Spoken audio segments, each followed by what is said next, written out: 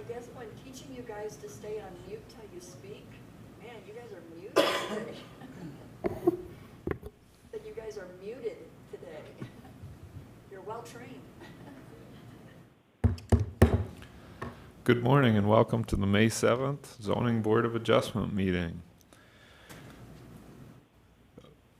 As usual, if any member of the audience wishes to speak to an item today, there are speaker request forms along the opposite wall than usual. What is that, right wall? Please fill out the form and hand it to a staff member so you can get your place in line to speak. If you also have any electronic devices, cell phones or otherwise, please turn them off or turn the ringer to silent so the meeting is not disrupted. If you need to take a call, please step out to the hallway. And I don't think we have any online call-ins today, do we? Mr. Chair, we have several staff members Okay. that are participating online. Okay. All right. If you're online and wish to speak to an item, please let the chair know that you would like to speak. And when you're done speaking, please mute your mic. I think I've covered it all, but these are odd openings for me. So we'll start with the public hearing on item number 1, the approval of the April 23rd, 2020 Zoning Board of Adjustment meeting minutes. Okay. Karen made the motion to approve the April 23rd meeting minutes, and Mike QUASNEY seconded that motion. Any discussion on the motion? All those in favor, please say aye. Aye. Opposed? Motion carries. We'll move to item number 2. Thank you. Item number 2 is a variance request to allow 5 off-street parking spaces in lieu of 26 required for a retail store located at 1739 West Main Street. This is an aerial overview of the subject property. It is 0.16 acres in size and is located at the corner of Jackson Boulevard and West Main. The subject property is zoned General Commercial District, and it is also under the same ownership as the next 2 properties to its south that are also zoned General Commercial District. Future land use for the property identifies it as mixed-use commercial. And on the city's major street plan, it's adjacent to both Jackson Boulevard and West Main Street, which are identified as principal arterial streets. The applicant's request specifically is to allow 5 off-street parking spaces in lieu of 26 that would be required for the retail store. So the store itself is a home design consulting business that is going to be operating by appointment only with a maximum number of 3 employees at any time. The issue on this property is that there's currently no legal parking that exists. The parking that is present is located on the south side across these next 2 property lines, which, as I mentioned, are under the same ownership as the subject property. Of these parking spaces here, the majority that are located along Jackson Boulevard and most of these spaces to the north cannot legally be counted because they do not meet minimum requirements for access aisles. They may be backing into the right-of-way, etc. So there are 5 legal spaces located along the south side here with the access aisle going across both of these property lines. The applicant, based on their submitted site plan, has demonstrated that 5 spaces would be adequate for their needs. But with that being said, there has been some difficulty on this property with some neighbors that are concerned that it could be overparked in the future with a different use. As such, staff would recommend approval of the variance request specific to this applicant's operational plan. So if a new retail business moved in, a few years down the line, we would have a different variance request in front of us at that point to review that. Based on the applicant's operational plan, this does appear to be the minimum adjustment necessary to provide reasonable use of the land, so staff would recommend approval of the site plan based on criteria number 1 and criteria number 3. John, would you mute the mic on that? Yeah, I'll have to. Click on that orange.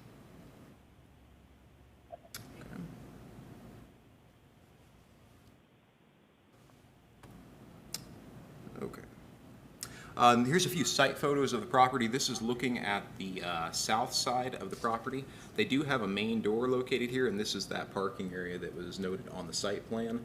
Again, fairly narrow in that aisle, but the legal parking spaces will be located over here to the right of the picture on the east side of this parking access. Another overview of the property itself and the parking area. A view back to the southwest, and a view across the street to the northwest. And as I mentioned, staff is recommending approval of the variance request to reduce the off-street parking spaces required from 26 spaces to 5 spaces for this specific business, for this retail store, citing criteria number 1 and number 3. And staff will be available at this time if you have any questions.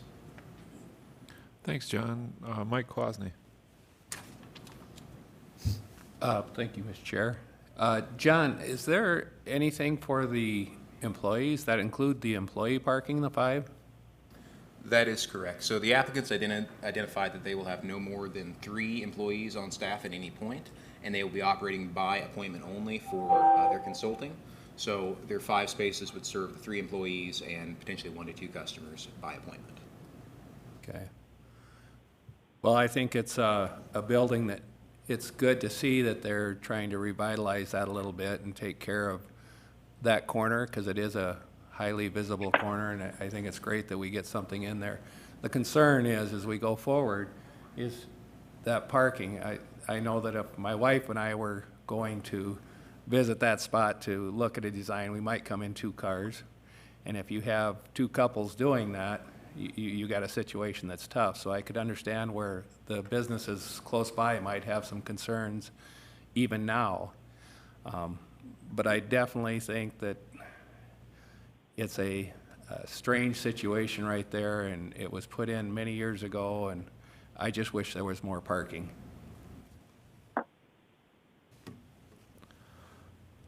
Vince.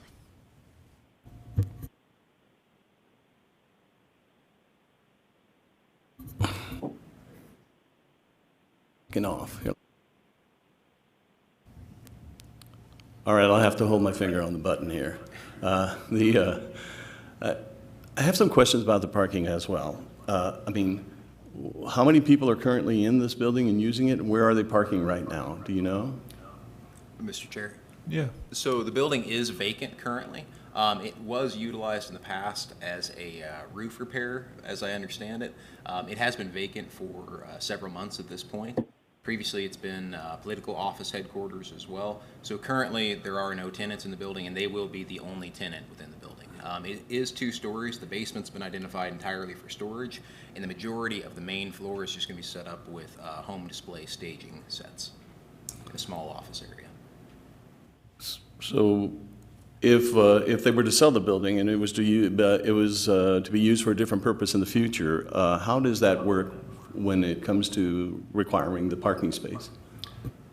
So the way the report is written for the approval would be approval based on this applicant's operational plan, identifying that they will have no more than 3 employees and that it will be operating as a home design consulting business. So in the future, should we have any other retail business, restaurant, anything of that nature that was interested in the property, they would have to seek a separate variance based on that new parking requirement, which would likely be much higher than 26 off-street spaces to adequately use what's there. So if that changes, then we wouldn't be, they'd have to come back to zoning again to get another variance, is that correct? That is correct. Okay, thank you. Mr. Chair, Vicki? just for point of clarification, if this property should sell, if this owner should start a different use, if they should change the operation of this use, it would trigger a new variance. Thank you. ERIK Heikus. Thank you, Mr. Chair. A few questions I have. The first is, the existing non-complying parking, will it remain in its current state?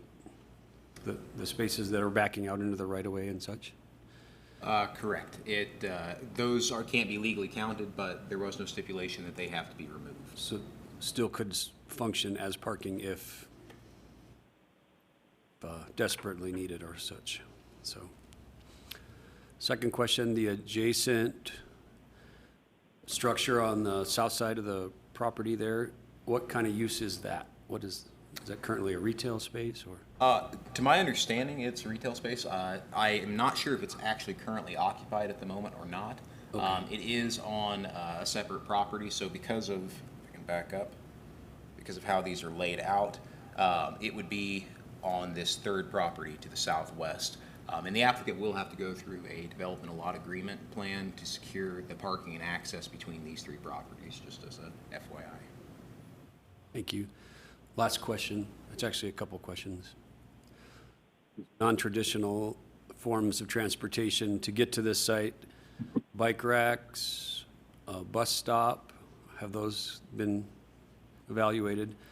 Alternative transportation to be able to get to the site for users, employees, or even customers? They have been evaluated. To my knowledge, there is not a bus stop that's in this immediate vicinity. Okay.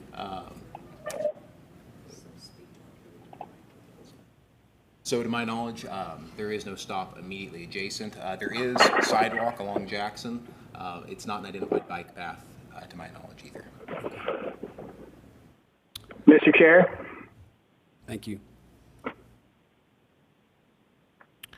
Is someone calling in? Yeah, Mr. Chair, this is Kip Harrington, Long Range Planning. May I speak, please? Hey, Kip, go for it.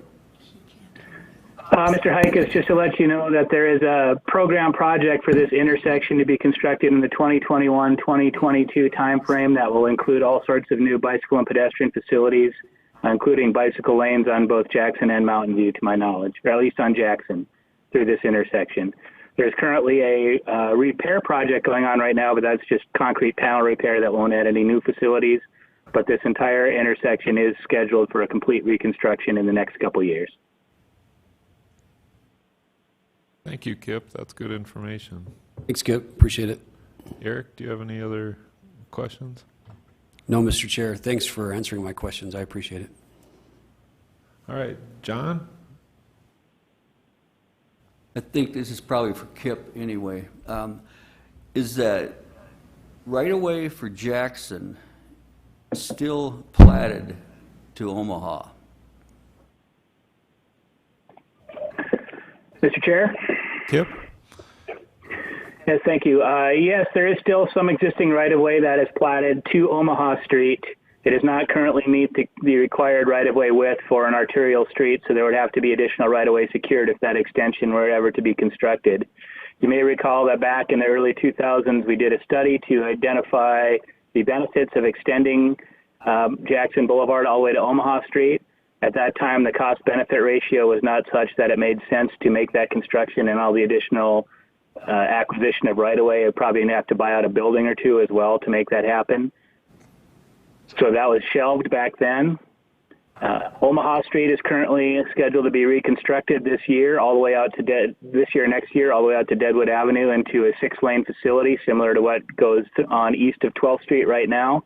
So once that is complete, perhaps we'll take another look at that and see that it might make more sense at that time to extend it and tie into that 6-lane facility. But that'll be a couple years out before that's constructed, and then we'll have to wait a couple years for the traffic to reorganize, and then we could do a study like that. So we're always considering that. Okay, thanks. Mike QUASNEY.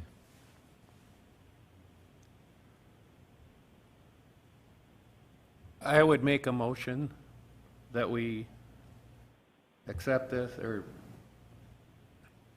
do this. No, I would also say that I think that they are going to figure out that they're probably going to have to take their staff and find some parking for them at some point, and I'm sure they'll probably do that. They're businessmen, so businesswomen, whatever. So they'll figure out how to do the parking in this case. But I foresee that happening, but I would make a motion to accept this. Okay, Mike QUASNEY made the motion to approve the variance to reduce the off-street parking spaces from 26 to 5 pursuant to the 3 stipulations listed by staff and using the criteria that John mentioned, number 1 and number 3. That's okay. And then Vince seconded that motion. Is there any discussion on the motion? All those in favor, please say aye. Aye. Opposed? Motion carries. Item number 3.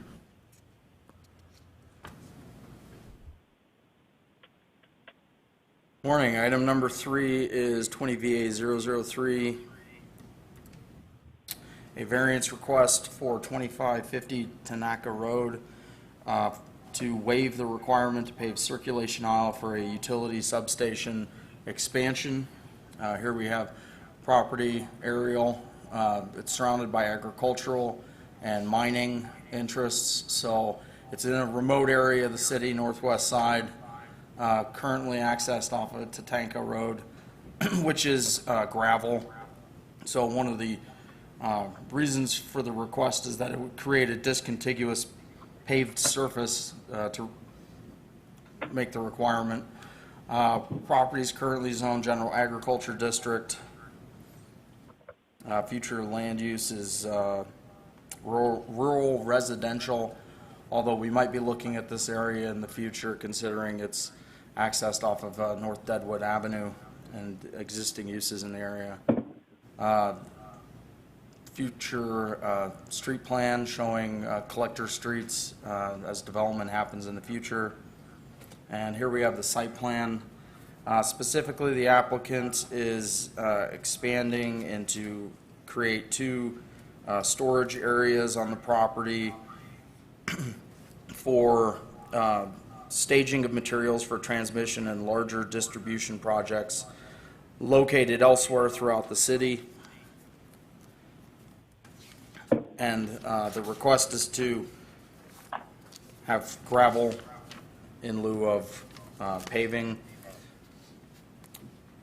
So based on the submitted operations plan that indicates it will be used for storage and will have minimal traffic, and the remote location and the adjacent mining and agricultural uses, it appears that the variance request will not be detrimental to the public welfare. Here we have a picture looking into the site from Tatanka Road, and there you can see where the paving stops and it becomes a gravel road. Adjacent property which is used for mining. This is looking south from the property at development adjacent to 90, and then looking back along Tatanka to the west and adjacent to the west of the property. There are stipulations of approval that they get a grading permit and an access agreement to be located on the adjacent property, the proposed driveway, an erosion and sediment control permit, and an air quality control permit, which will be renewed every 3 years. So with that, staff is recommending approval of the variance request with stipulations noting that it appears the variance request will not be detrimental to the public welfare. Are there any questions at this time? Thanks, Fletcher. Mike QUASNEY. Yeah, thank you, Mr. Chair. Fletcher, now, every 3 years, the air quality will be looked at so that if a development goes out there, and that's the concern, Black Hills Energy generally does a really good job of being a part of this community. I don't think they'll have a problem with, at that point, if they decide that we've got a vibrant community out there, that they will do the right thing and they will put some kind of topping on that to solve the problem other than gravel if that's necessary. But that 3-year, will that also hold them to that? The air quality permit is a specific permit to what they're proposing. So, and it is renewed every 3 years. That's not really a part of the stipulation. That's the permit that they're getting. Okay. If additional development were to happen out there, there would be paving of streets. There's collector streets out there. That would happen as development happens. Okay. There doesn't need to be anything in there as far as a stipulation that if that does happen, that we would have to relook at that, or? We're just developing all over town here, and that's the concern as we go forward, because the gravel, the purpose of that is to keep the dust down, and we're holding people with homes putting cement in their driveways, so. Mr. Chair, Yeah, Vicki? great conversation, Mike. And the requirement for the permit is to identify to the property owner that they are required on a daily basis to ensure that there is whatever is needed for dust palliatives on that surface, so that there's no dust today, or if there should be development around it. And that's something that our air quality technician routinely goes out and looks at. If we have complaints, we can refer back to the plan that they've submitted to us to show how they're going to handle that on a daily basis. And then, as Fletcher said, if we do see additional development in the area that would incorporate any of the driveway that's in an access easement, that would trigger that at least that portion be paved. You may note that you recently reviewed a substation expansion just north of the Civic Center, and we granted a variance to allow them to have gravel surfacing there. That's becoming a standard for utility substations based on safety issues. So due to that and the identification that they will have to continue to work with the city, we do believe this is a good compromise at this time. Thank you, Vicki. In reading through that, it sounded like there was going to be quite a bit more traffic going in and out of there than there would be at the substation north of the Civic Center. Good. According to what they had mentioned in this, when I was reading on this. So that's my concern, and that's why I bring that up. I agree that the one north of the Civic Center, they were not going to have a lot of traffic, and it was a small pad, basically. But this is actually a road, and that's the concern going forward, is that if we're holding the people that own homes to concrete or paving, then we just need to be aware of that as we go forward. Thanks, Mike. That's a good comment. Any other questions for staff on this one or comments on this item? Karen?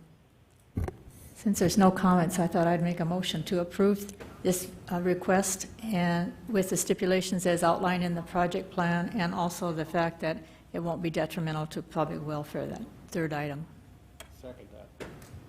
All right. Karen made the motion and Mike QUASNEY seconded the motion to approve the variance to waive the requirement to pave circulation aisles for this item based on the criteria that it will not be injurious to the neighborhood and including the 4 stipulations that staff has listed. Are there any further discussion on this motion? All those in favor, please say aye. Aye. Opposed? The motion carries. Is there any more business for the Zoning Board of Adjustment today? Seeing that there's none, we are adjourned from Zoning Board of Adjustment. We will move on to the Rapid City Planning Commission meeting for March 7th, 2020. Again, if any member of the audience wishes to speak to an item on the Planning Commission agenda, please fill out a speaker request form and hand it to the staff seated on the left of the dais. We'd also like to ask you, if you came in late and you have a cell phone that is still on, please turn it to silent mode or turn it off, and if you need to take a call, please step out to the hallway so the meeting is not disrupted. Items 1 through 5 today have been placed on the consent calendar and may be approved as a group. Action will be taken on all consent items in accordance with staff's recommendation by a single vote. Any item may be removed from the consent calendar by any planning commissioner, staff member, or audience member for separate consideration at this time. The findings of this planning commission are recommendations to the city council. The city council will make the final decision. Are there any items 1 through 5 that staff would like to remove? No, thank you. Any items 1 through 5 that any planning commissioner would like removed? And are there any items 1 through 5 that any audience member would like removed for separate consideration? The chair would then entertain a motion to approve items 1 through 5 in accordance with staff's recommendation. All right, Mike Gallagher made the motion to approve items 1 through 5 per staff recommendation. And Eric Ottenbacher seconded that motion. Any discussion on the motion? Vince? Yes, I'd like to ask a couple of questions about these areas that were commercial district to low-density residential district. Some of those properties are like 2, 3, 4 feet wide, maybe 20, 30 feet long, and adjacent to residential areas or residential homes. I was just wondering, how do these little swaths of land end up in a commercial district when there's obviously the land, it's residential? Yeah. So what we're doing is cleaning up areas which are currently developed with low-density residential development and rezoning them from office commercial district to a residential district in keeping with the use. We just went through a whole bunch of these at the last Planning Commission meeting with the ordinance amendment removing single-family townhomes and duplexes from the office commercial district. So what ends up happening in these areas of the city, like we're seeing on the agenda today, is that the developer comes in and rezones a large area that they own to office commercial, low density, whatever it is, and then after that they come in and they plat and dedicate right away. And so that doesn't always match up with what the original rezoning was. And that's how we get these little slivers of office commercial in a residential district, because it didn't match up with where the road went. Okay, and I guess I'm trying to ask also, so the landowner, the homeowner, he could have rented those spaces out for commercial advertisement? No. No, because in office commercial district, you can either be an office use or a residential use. We don't typically see them combined. So they're developed with houses. It's a residential use. They wouldn't be able to put a commercial sign up. And if I could just further clarify that area there, it's like, for example, one of the homes, they did some landscaping, which was they used concrete landscape curbing as well as rocking that area. So, I mean, is this their property that we're talking about, the little swaths? If it's along the sidewalk, it could potentially be in the right-of-way. But it could also, if they rocked it and it's on their property, it depends on where the property line is. And I'm sorry if I could just continue one more question, and that is, this is, I'm trying to clarify whether or not there's going to be any changes for the homeowners to do after we make this decision, if we decide to go forward. Absolutely no changes. This is just cleaning it up, making them legal with their current uses.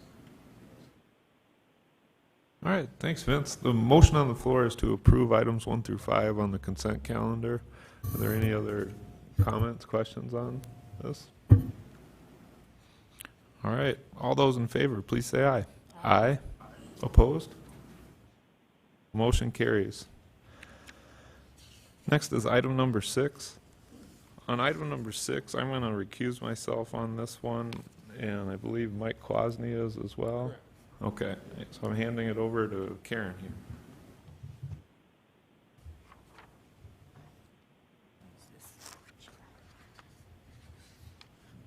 Okay, Fletcher, go for All it.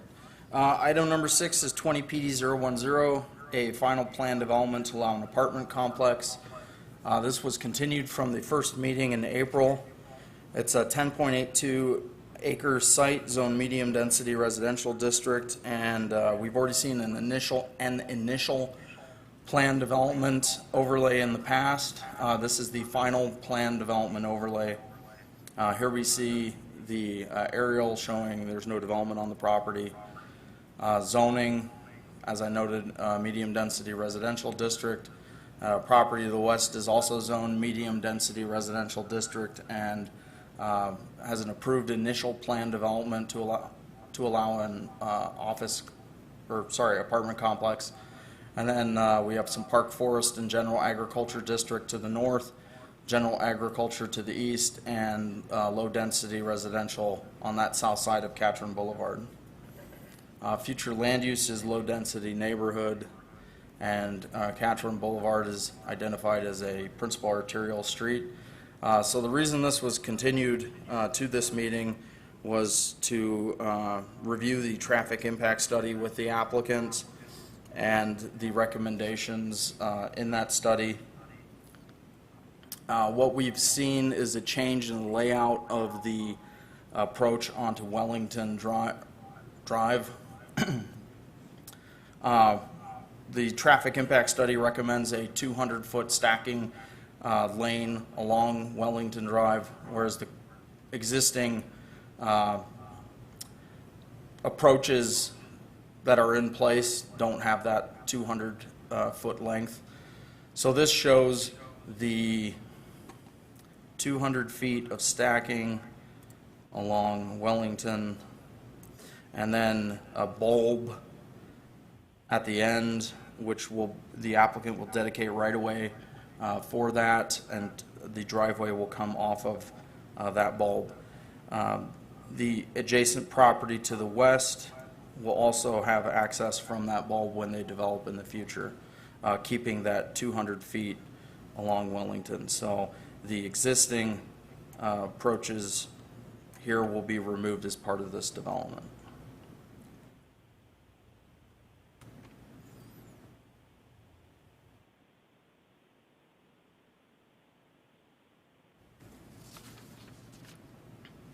There were already exceptions granted with the initial plan development to reduce the number of landscape parking lot islands from 5 to 2, and to allow less than 50% of landscaping to be located within 20 feet of the parking lot. So one of the stipulations of approval are to acknowledge those exception requests.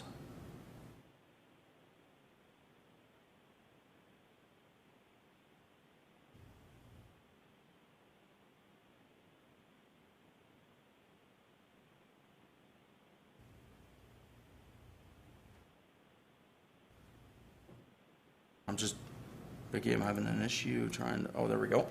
So landscape plan, landscaping, open space requirement are in compliance. And then this is the demolition of existing street, which would be, I believe it was Crane Lane. That's going to be removed. Wellington extended 200 feet as previously shown, and then a bulb dedicated within public right-of-way. Some of the equipment, there's an outdoor play area, swimming pool, which will be fenced. Signage, here we looking into the site, and the sign is posted on the property. Looking to the property to the west, along Crane Lane, the existing street section or road section, which will be removed, but we could see Catron Boulevard. Potentially in the future, there could be a connection to Healing Way, which has a signalized intersection. Looking across Catron Boulevard to the south to the existing low-density residential development, and again to the south, Catron Boulevard, and then along the existing Crane Lane, which will be removed, looking to the east and north.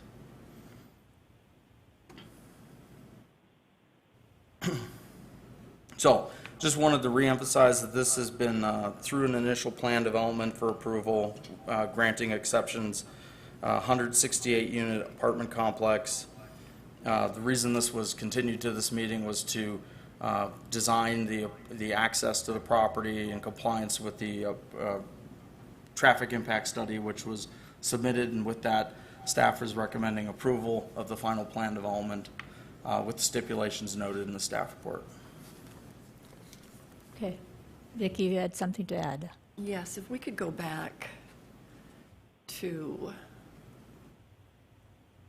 So many of you may remember that in 2013, the Planning Commission approved an initial plan development for the property directly to the west, and that is owned by Jim Lettner, who's here in the audience today. As a part of that, he was allowed to go forward with his plans if he chose, with the stipulation that upon submittal of a final plan development, a traffic impact study be submitted.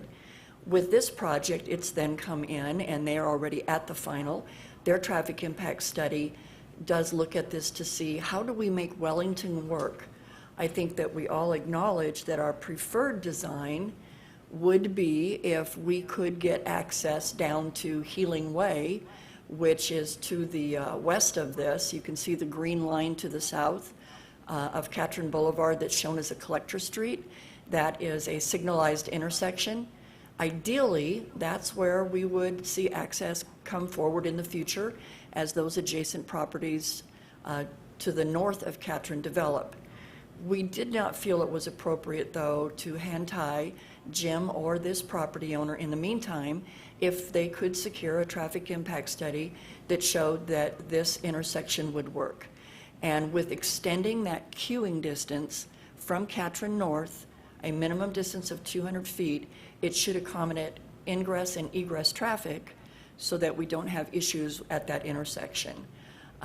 With that, we acknowledge that the best laid plan is still with future development, working with Doyle Estes when he develops to see what we can do to get that connection down to Healing Way. And in the meantime, ensuring that this access point will work. So we are recommending to approve with stipulations. Thank you, Vicki. Okay, we do have that one request to speak. So Jim, did you want to speak before we turn it over to the Planning Commission members?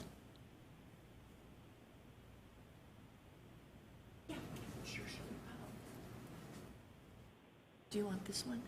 Sure, I got it. Oh, thank you, Jim.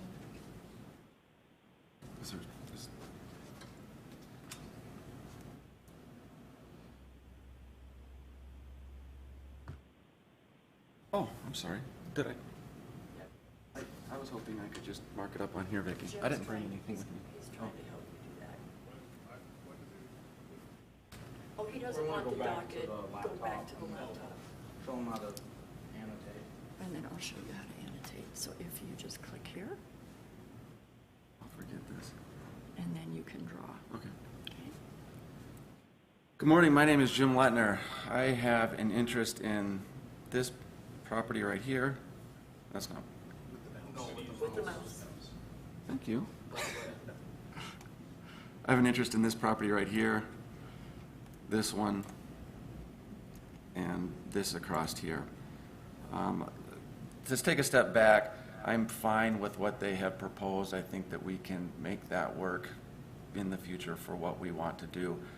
That being said, I'm not crazy about this design. As Vicki was alluding to, this quadrant, and this quadrant have all been cleaned up for the eventual improvement of the intersection of Highway 16 and Catron Boulevard. And the DOT is in the process of studying it. They haven't decided how they are going to reconfigure that, but one of the options, and it's, as far as I can tell, sounds like it's likely, is to do basically an overpass on 16 and Catron goes underneath. If that happens, this right here is called Tucker Street. You can't tell that. That street has to come out. But in order for Tucker Street to come out and provide access to the existing parcels, basically our entire quadrant needs a comprehensive solution, the same as was done on the other three quadrants. In fact, if we don't do it, it's going to delay and cause issues with the rebuilding of Highway 16 in Catron.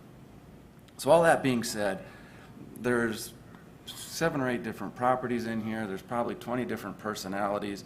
I'm doing the best I can to be part of a comprehensive solution in that quadrant so we can get it cleaned up so the DOT can redo 16 and Catron, and they're on board with that. basically where Lloyd's is at is, I don't mean to speak from JCAN, you know, they want to participate in a comprehensive solution, but at this point, they're not willing to hold up their project any further, which I'm okay with. You know, my preference would be to get this solved first and do things later. But all that being said, what I don't like about, can we go to their site plan?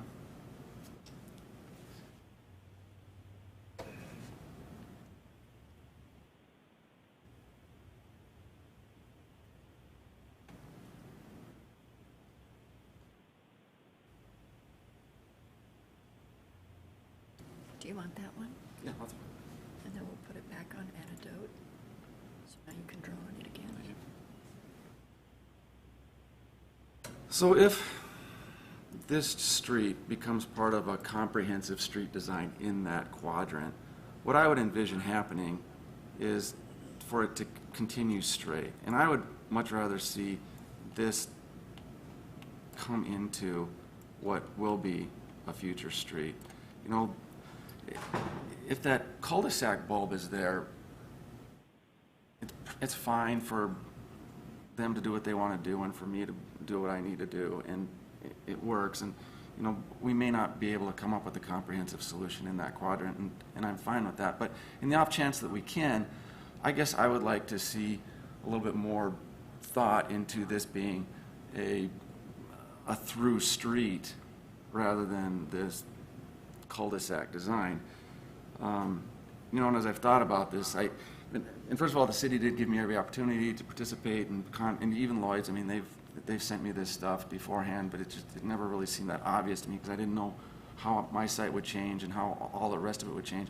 I would rather see them be able to not necessarily do all of this infrastructure, dedicate the public right-of-way, and bond for what we may end up doing in the future, rather than putting in infrastructure that ends up having to be just torn out a couple of years later. Now that's really the only, and I haven't even had a chance to visit with Lloyd's about that, but that seems to me to make the most sense, rather than putting in this design that will probably work, but in my opinion, it's not great. Okay, thanks, Jim. Okay, I'll turn it over to the Planning Commission, and we have ERIK would like to speak.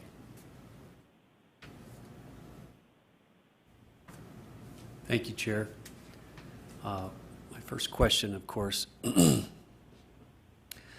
could we indicate that route that Vicky mentioned that could lead out of this facility, this area?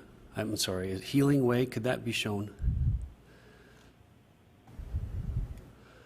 Okay, thank you. It's my understanding that our community has a need for this type of housing. Is that a correct assumption, Fletcher? This is one of our biggest needs. All housing is good housing, yeah. So that's a positive too. Is the landscape to be irrigated? That's my next question, of course. Sorry, the landscape architect in me is always asking that one. So I couldn't answer that off the top of my head. okay, fair enough. That's all I've got, Chair. Thank you. Yeah. Okay, anybody else on the Planning Commission wish to speak? Vicki, do you have a question? Representative for the applicant would like to speak. Okay.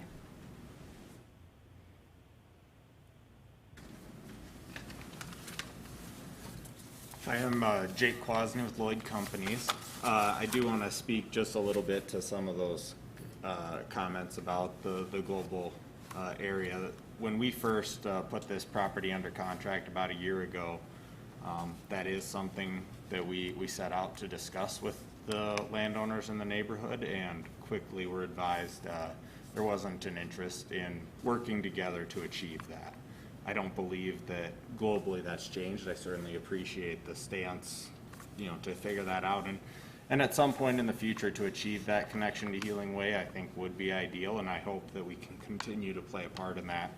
As far as some of that infrastructure that we have to build to make this work, I think it's a good solution that works for today and something that can be modified to fit future expansions if we do achieve those things. So I'd be happy to answer any questions as well, but those are things we have worked through as we looked at this and have really tried to seek a solution that can work for everybody.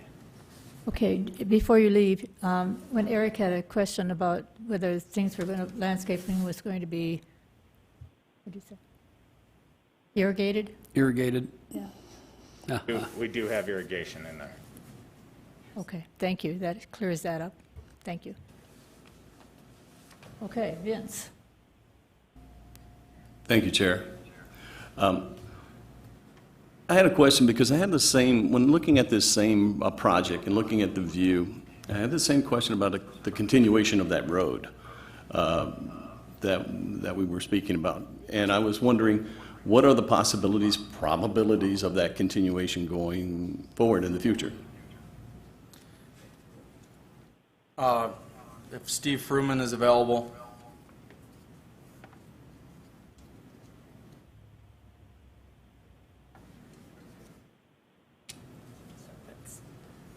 Excuse me. We have to take it over anecdote.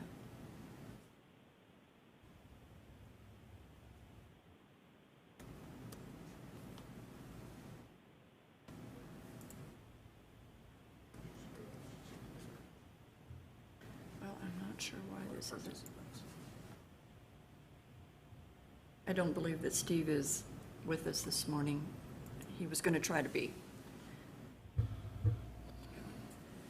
So, obviously, the design of this right now where it does cul-de-sac, that is needed because only Wellington is a public street.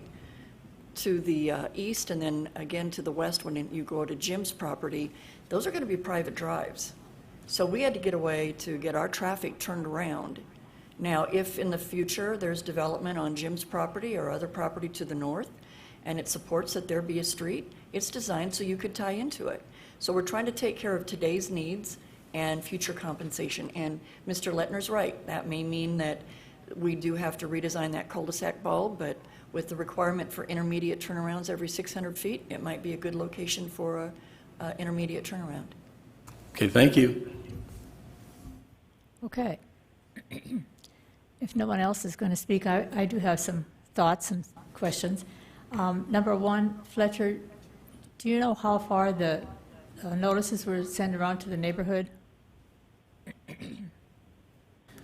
It's 250 feet around the property boundary. Does that include anybody across the highway, and how far in? On the residential? I believe it may have included one or two. Okay. I'm not, I didn't take a look at the letters, but But you had no comments from any of the people that did get sent notices? no Okay. comments. Okay. Number one, just so everyone knows, I do live in that neighborhood. It's the farthest away from this intersection, but I can attest to the fact of how Wellington today works. And before the stoplight was put in on Healing Way, it was a constant battle of how to get out of that intersection, out of either one of the two intersections on Wellington, basically because of the traffic going, supposed to be 45, but coming up they're going 60, and that's about what they stay at. So it's been difficult, but with that traffic light on Healing Way, that has made a great difference in how to get out of either intersections. But with this new configuration of traffic, I understand that there's going to be a left-hand turn coming out of the new development. And so you've got people, for instance, me, who wants to go down 8th Street. I'd have to turn right to come out of my driveway or out of my street and go down and make a U-turn on Wellington to turn around to go back north. So you've got people from my side or people coming out of the Wellington current, the southern, the farthest right intersection. So you've got people coming out of all that development, and they're trying to turn left, and you've got people coming out of the other development trying to turn left to go down south, down east, down Catron Boulevard. So and it's on the side of a hill, so you've got truck traffic coming up, you've got tourist traffic coming up going 60 miles an hour, which is not, but they're supposed to stop at 45 right there. But it's very congested right there, and you have a big truck, like for instance, I know people in my neighborhood have these huge trucks, and they cannot make a turn, hardly, going right now from Wellington to turn to go up to 8th Street to get onto Highway 16. It's a very tight area, and I'm not trying to say that the development shouldn't occur, because I'm not opposed to the development. It's the traffic that we're trying to figure out how to make work, and that's why it was continued from the last Planning Commission to this date, was to work on that traffic impact study. So I'm not sure how to solve it today. I understand the difficulty it is with making a road to Healing Way, but there will never be I don't think, a way to make that road go to Healing Way. If Doyle Estes wants to develop his property, he doesn't need to go south. He doesn't need to make that connection to the apartments. And there's no incentive that I can see that would make him want to do that.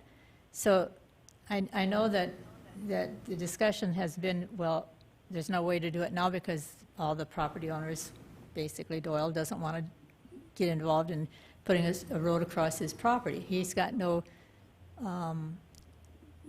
development plans for his property, so he doesn't really know where that road wants to go, if I understand his thinking.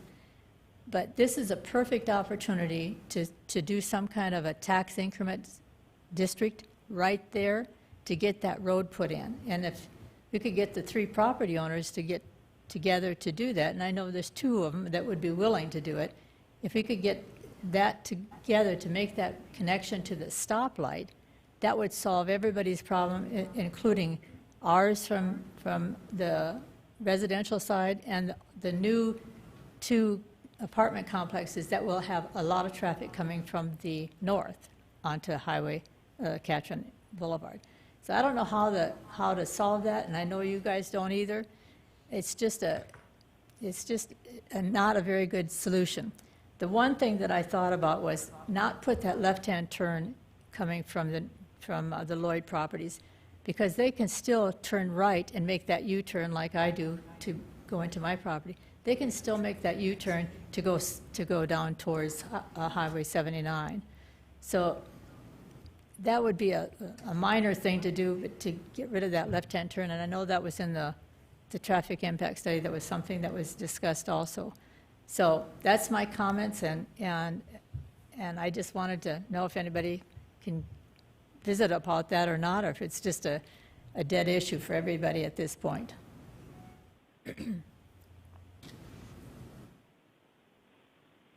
Everything you said, Karen, is the exact reason why that traffic impact study is required. And we have to defer to the experts that looked at this intersection, and they believe with this revision to the queuing length and with those turn lanes that they are needed for both Lloyd's and Lettner's properties to function, as well as the intersection coming out of your development, and in addition to that traffic that goes along Catron Boulevard. We had the state look at this. The state is in support of this design.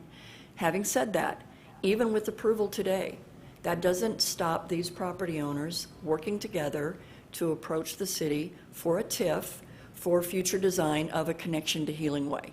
I don't know if that's the solution, but certainly given any opportunity for any development plan with those property owners that would be the ones to dedicate that right-of-way, we are certainly going to initiate that discussion. Thank you. Well, I can guarantee that if all the neighbors in the residential development realized how that traffic was going to go forward, I'm sure that you would have a lot more comments that would come forward, not just mine. And I'm just speaking for myself. I just see this as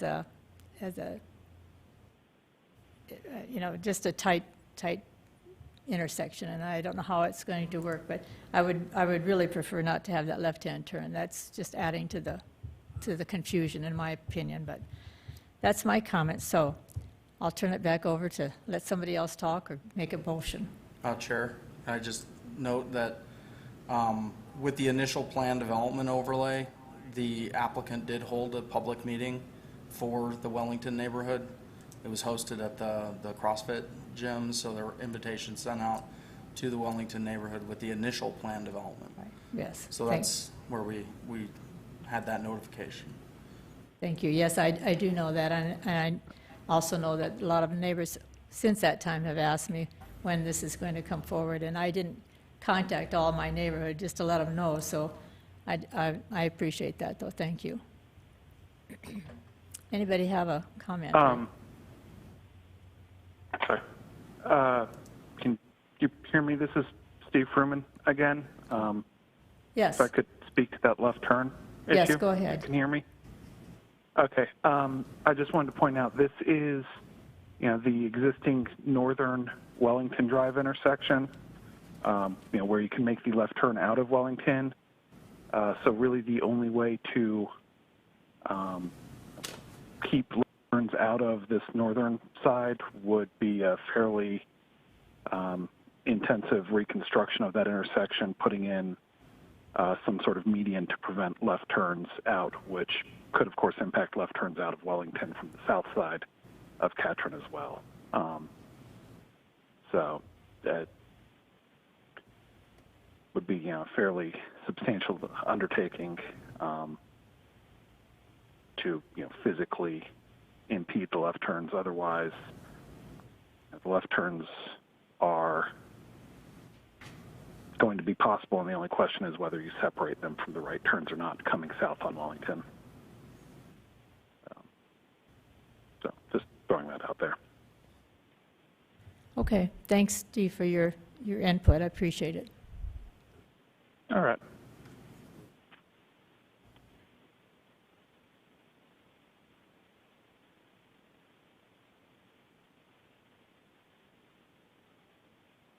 Okay. Vince made the motion. Do we have a second? Second. Who said second? Oh, Eric? Thank you. Eric seconded that motion. Any discussion on the motion? Okay. I'll just want to make one final note that this does have the appeal process, that if anybody wants to appeal this to the City Council, they have at the close of business day on the 7th full calendar date following this action to appeal that decision. Okay, all those in favor of that motion say aye. Aye. Opposed? That would be me. And this is to also note that Eric recused himself and Mike QUASNEY recused himself. I'll turn it back over to Eric.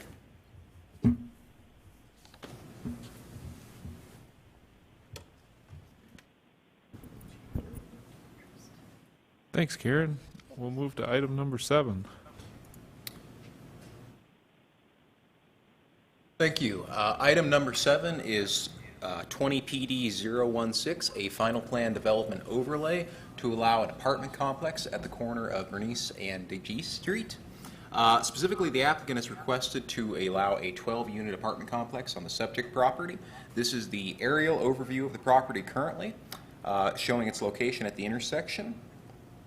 It is currently zoned medium-density residential district, and it's located within a plan development designation, which requires the review and approval of a final plan development overlay prior to issuance of a building permit. Future land use for the property identifies it as urban neighborhood. And on the city's major street plan, DeGeest Drive is noted as a collector street, while Bernice Street is a local street. This is the site plan that was submitted with the application. The subject property will have a 2-story, 12-unit apartment complex on it. It does comply with all parking and landscaping regulations and density requirements. With this, though, the applicant has requested an exception to reduce this north side yard setback from 12 feet required to 9 feet required. In staff's review of the site plan, though, it was noted that on the south side, the required setback would be 20 feet, and the building here is currently set back 29 feet. As such, the site plan could be revised so that the building could meet the 12-foot side yard setback requirement on the north and meet the required side yard setback or front yard setback on the south side of the building as well. As such, staff would recommend denial of that exception request to reduce the side yard setback from 12 feet to 9 feet, noting that the site plan could be redesigned to meet all setback requirements.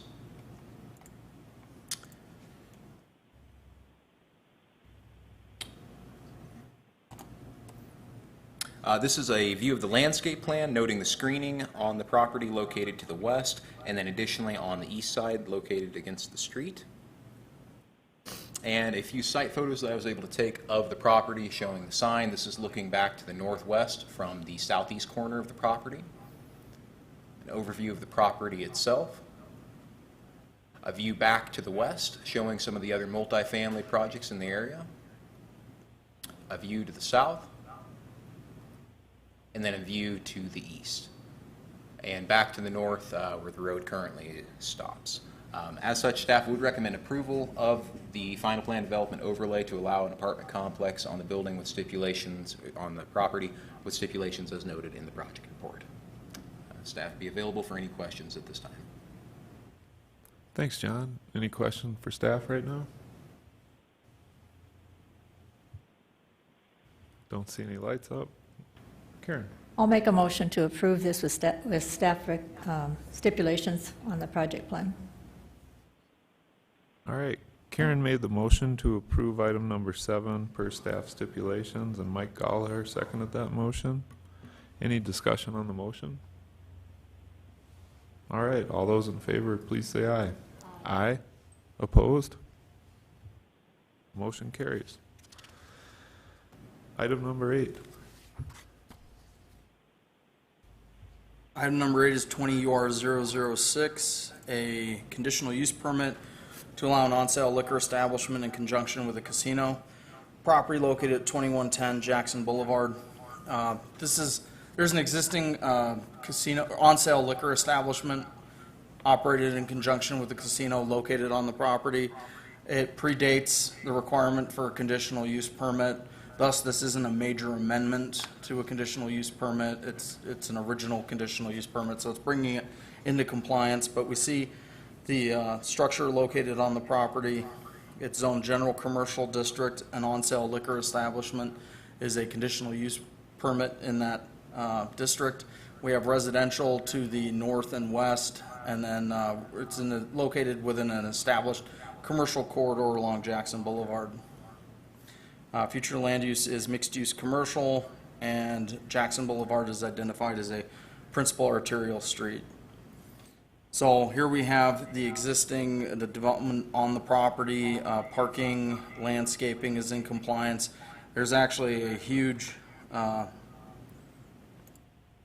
hedge of trees along the north property line, in addition to an alley which is not used. It's undeveloped alley. That really provides a buffer between this property and that adjacent residential property. Fact is, this is an existing on-sale use on the property, and the applicant is proposing to expand into the remainder of the building. There'll be no other structural changes on the exterior. It's more on the interior of the building. So this will be the new layout of the building. Currently, it has multiple suites. One of them is occupied by an on-sale liquor establishment operated in conjunction with a casino, so it'll be expanding into the rest of the building. Aerial or elevations provided by the applicant showing signage located on the property.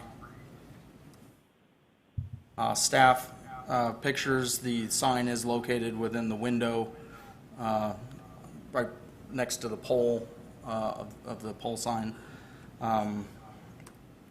This is looking along Jackson Boulevard to the south and west. Directly across the street, there's car washes. It's a retail corridor along Jackson Boulevard. And there are existing approaches on Jane Drive and Jackson Boulevard. And this is looking at the, in addition to the landscaping, the 6-foot high opaque screening fence that's along that west property line. So with that,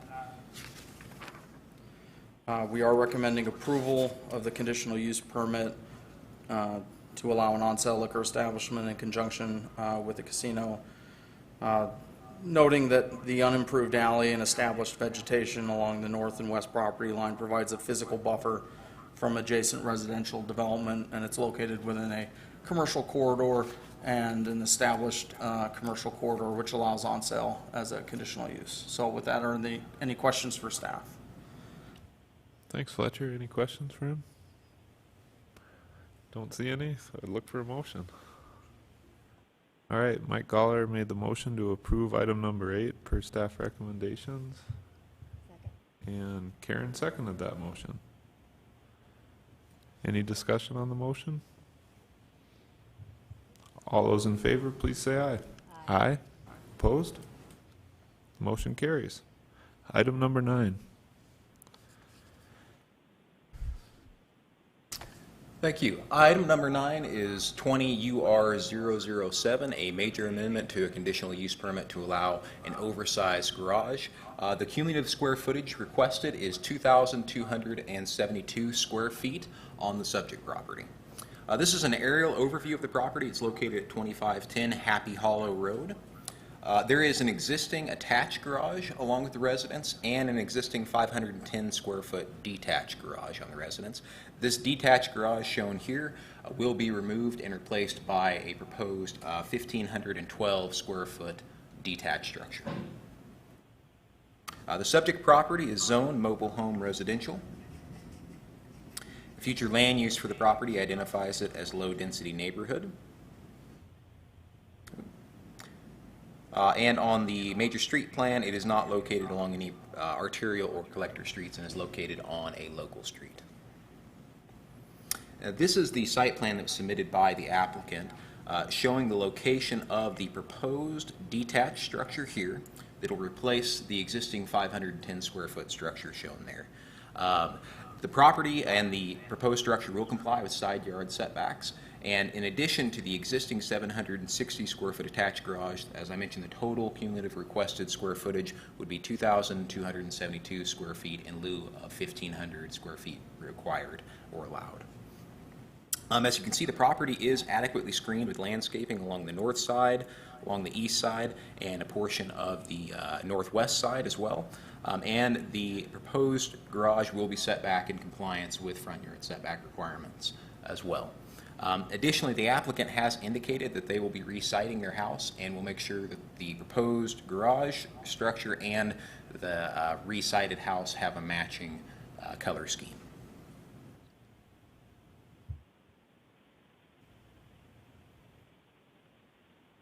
This is just a graphic noting what the elevation of the proposed structure will look like. It may in fact be slightly lower than this, and the applicant has indicated that the proposed structure, if approved, will comply with the 15-foot maximum height requirement for an accessory structure. These are some photos of the property, just noting the sign for notification. This is the existing detached structure that will be removed with the proposed structure taking its place. And noting the landscaping in the back of the photo. This is a view back to the east up Happy Hollow Road. A view back to the south, again showing the change in elevation and topography across the road. And a view back to the northwest showing the distance from this property to the nearest residential structure in that area. And just one more view of the landscaping back on the north side of the home and proposed garage. With that, staff would recommend approval of the major amendment to the conditional use permit to allow 2,272 square feet of accessory square footage in lieu of a maximum of 1,500 square feet allowed, with stipulations as noted in the project report. And I believe the applicant is also in the audience if there are any questions for him. Thanks, John. Any questions for him? Any comments? Motions? All right. Vince made the motion to approve item number 9 per staff's recommendations, and Mike QUASNEY seconded that motion. Any discussion on the motion? All those in favor, please say aye. Aye. Opposed? Motion carries. Item number 10. Good morning. This is an application to create a new tax increment district. It's located wholly within Orchard Meadows subdivision. It's located south of Highway 44 and adjacent to Elkville Road. You have seen portions of this application in the past. However, with this new proposal, they are creating this tax increment district to construct a lift station for Rapid Valley Sanitary District.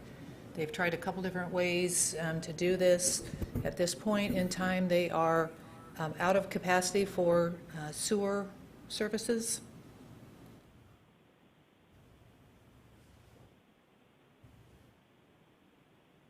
So what we have here on the left side of the screen is the 2016 master plan, when the original tax increment district for the drainage channel was approved. And then on the right-hand side is the current master plan with the location of the sewer lift station identified in the red circle. These are the proposed public improvements. They anticipate constructing a lift station and a 6-inch force main connecting from the lift station north to an existing 8-inch sewer main, again within Rapid Valley Sanitary District.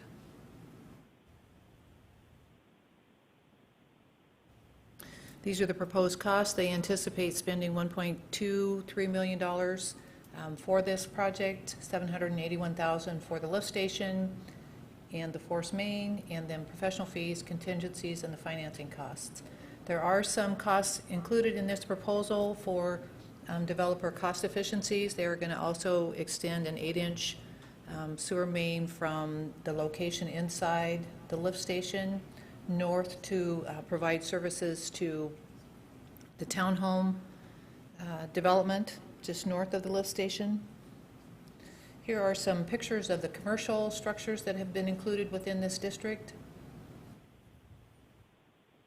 We've got a new site for the Journey Church, the Signify Health Building, which is under construction, the Great Plains Tribal Chairman's Health Board, Common Sense, and the Inferno Restaurant, Orchard Meadows Dental Office, and there are some additional non-residential lots still left in this particular district. Then we have some residential construction. You can see the drainage channel that was reconstructed on the lower picture. With that drainage channel that was constructed, there is a walking path shared with the maintenance road for that drainage structure. And then again, we have their master plan. You can see the what's called on the master plan the multifamily apartments. However, that has been changed by the applicant to townhomes. And then on the east side of this development next to Elkvale is the senior living community. Those most likely will be apartments. That application will be coming forward. But with that, the TIF committee did recommend approval, provided that we enter into an agreement with the developer, Rapid Valley Sanitary District, so that we can ensure down the line that Rapid Valley will continually maintain and operate this particular lift station until it's decommissioned, probably in 25, 26, when the city comes forward with their trunk line sewer connections that are already programmed. With that, if you have any questions, I'd be happy to answer those. Thanks, Patsy. Karen. Thanks, Patsy. You answered the first question, really, is the time frame as far as this is a temporary thing that we're doing for this, which is by itself kind of unusual because we're working with Rapid Valley Sanitary District to do some of their improvements because they can't make those improvements themselves. So my question, I guess, in reality then is, you said this is an overlapping district? Correct. Could you show me where that is or how that works? It is almost the exact same boundary as this. When TID 78, which is the unnamed tributary channel realignment, was created, there were several lots generally along the east side that were excluded. So this particular boundary includes those 5 residential structures that were not included with the first one. So Okay. therefore, technically, it's not the same district boundary, Okay, which is not allowed by state law, as you know. that was my question, so thanks, Patsy. ERIK Hikus? Thank you, Mr. Chair. It's probably not specific to the TIF and the force main and that sort of thing, but this is some very nice planning. I wanted to give compliment to the development, the mixture of diverse types of development and the clustering, I think is notable and very appropriate for the area. And it's just well done. I think it's worth saying that this is appropriate and along the goals of future growth. So my compliments about the overall development. Thank you. Thanks, Eric. No other lights up, so I'll take the chance. This being a temporary deal, so when the lift station, you said it would probably be decommissioned in 7 years-ish. Is there an agreed upon plan in place on the work to decommission that? You know, who's paying for that? Who's paying for new connections to new services? All of that, or are we going to be seeing more requests for funding in 7 years? That will be included in the agreement between the 3 entities to ensure that, you know, the taxpayers are only paying for the lift station construction in the force main. What's happening now is when this development came through in 2014, 2015, they entered into an agreement, the developer did, with Rapid Valley to make improvements to the lift station that exists on Jim Street farther outside this boundary to the east. That is at full capacity. With the previous applications that you've seen, we tried working with the developer to extend a 15-inch force main, a gravity sewer main, along the very eastern boundary that you see where, you know, there's some greenway on the eastern boundary of the master plan that would connect to the city's main trunk line. But one of the issues there is that that is not fully constructed yet. And once that is constructed, both this proposed lift station and the lift station that's on Jolly Lane, that will also be decommissioned because then everything can gravity sewer instead of having it forced north to connect to the line, I believe, in 44. And if I understand correctly, then that work has already been partially done to make the gravity feed work. Correct. Whenever the truck line is ready. There's a gravity line that a gravity main that went in along Southside Drive, I believe. That's in. We have 2 other CIP projects that have to be completed before all of this can tie together. Those generally are programmed for 24, 25, I believe. And because this development needed to occur sooner rather than that timeline, this is why the proposal has been submitted. Gotcha. Okay. Thank you, Patsy. Any other questions or comments on this one?